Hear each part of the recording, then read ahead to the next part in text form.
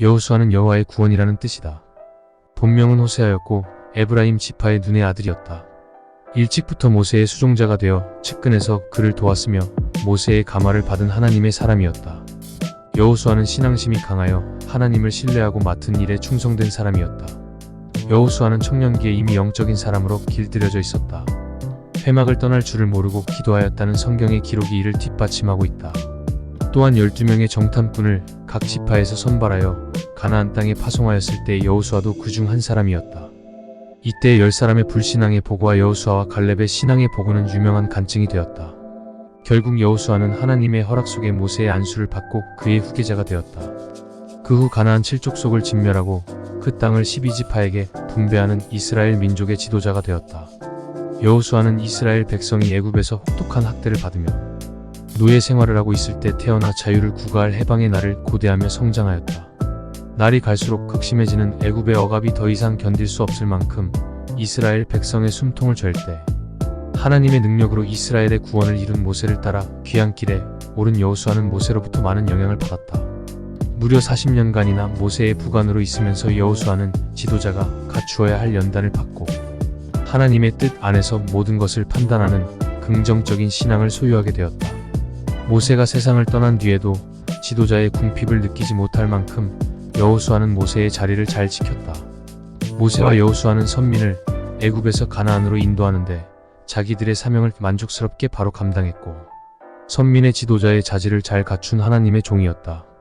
뿐만 아니라 여호수아는 탁월한 군사적, 정치적 역량까지 갖추어 민족의 지도자로서 쓰임을 받기에 조금도 부족함이 없었다.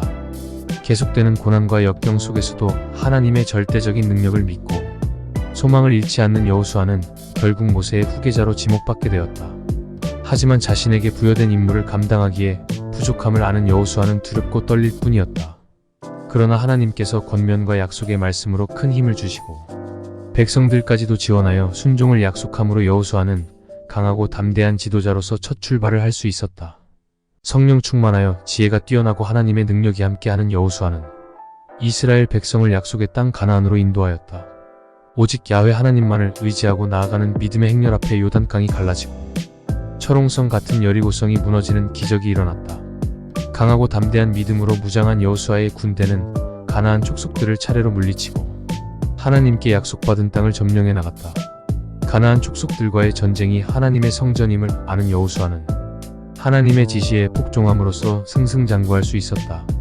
하나님께서 믿음으로 자신의 임무를 충실히 수행하는 여호수아의 기도에 응답하시어 해와 달의 운행까지도 변경시키시고 그의 백성과 함께 전쟁에 임하심으로 이스라엘이 거두는 승리의 전과는 차라리 당연한 것이었다.